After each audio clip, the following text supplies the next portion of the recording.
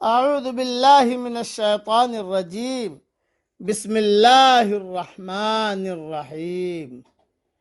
سورہ رعد کی 2 آیتیں پڑھ رہا ہوں، آیت نمبر 28، آیت نمبر 29۔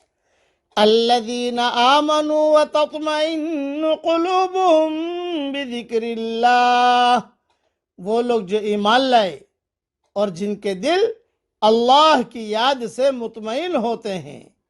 الا بذکر اللہ تطمئن القلوب، سن لو اللہ کی یاد ہی سے دلوں کو اطمینان حاصل ہوتا ہے۔ الذین آمنوا وعملوا الصالحات طوبی لہم وحسن مآب، جو لوگ ایمان لائے اور جنہوں نے اچھے کام کیے ان کے لیے خوشخبری ہے اور اچھا ٹھکانہ ہے۔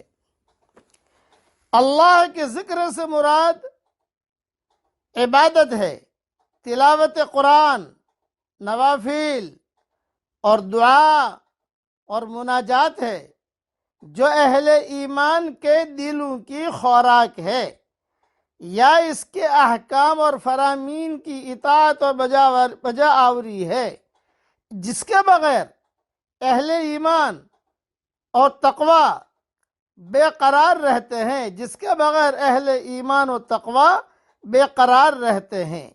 اور یہ جو لفظ آیا ہے طوبہ، آج کل لوگ طوبہ نام بھی رکھتے ہیں، فیکٹری کا نام طوبہ رکھ دیا، بیٹی کا نام طوبہ رکھ دیا، کسی دکان کا نام طوبہ رکھ دیا۔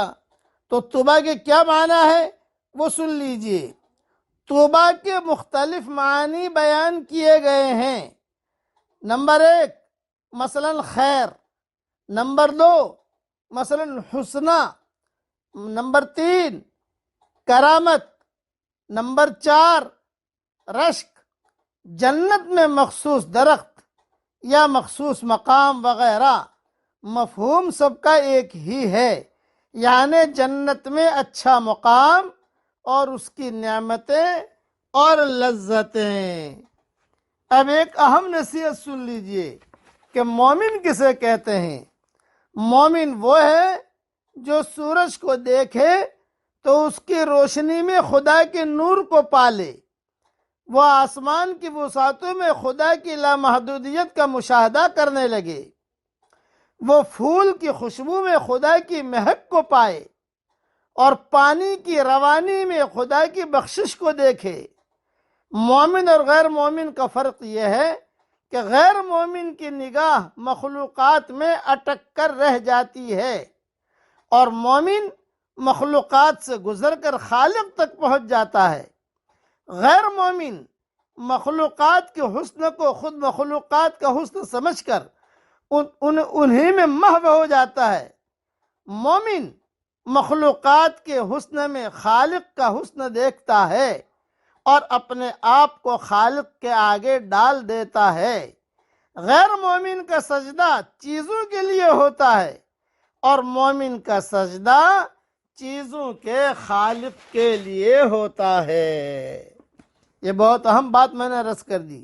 اس دنیا میں کامیابی صرف اس شخص کے لیے ہے جو خدا کے منصوبے کو مانے اور اس کے مطابق اپنی زندگی کو ڈھال لے۔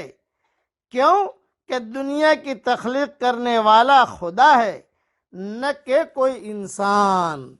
اس لیے اللہ جل جلالہ عما نوالہ کی بڑائیوں کو بولنا، احکامات کو پورا کرنا اور اپنے ایمان کو تازہ کرتے رہنا۔ گھر میں دینی مذاکرے کرتے رہو، یہ میرے سبق جو آتے ہیں وہ گھر میں بچوں کو بھی سناؤ، تو اللہ کی ذات سے امید ہے کہ ان کے دلوں کے اندر بھی ایمان کا پانی تھوڑا تھوڑا پہنچتا رہے گا۔ وہ سنیں گے، بار بار اللہ رسول کے بعد سنیں گے تو اس کا بھی فرق پڑے گا۔ اب پڑھ لیجئے میرے ساتھ، سبحان اللہ و بحمدہ، سبحان اللہ العظیم۔ اللہ تعالی ہم سب سے راضی ہو جائے اور ہر فرد امت کی اجتماعی اور انفرادی پریشانیوں کو اللہ تعالیٰ دور فرمائے۔ اور اے اللہ جو مجھے اپنی دعاؤں میں یاد رکھے میری ساری دعاؤں میں ان کا پورا پورا حصہ نصیب فرما، اور اپنے فضل و کرم سے ہماری دعاؤں کو قبول فرما۔ سبحان ربک رب العزت عما یصفون وسلام علی المرسلین والحمد للہ رب العالمین۔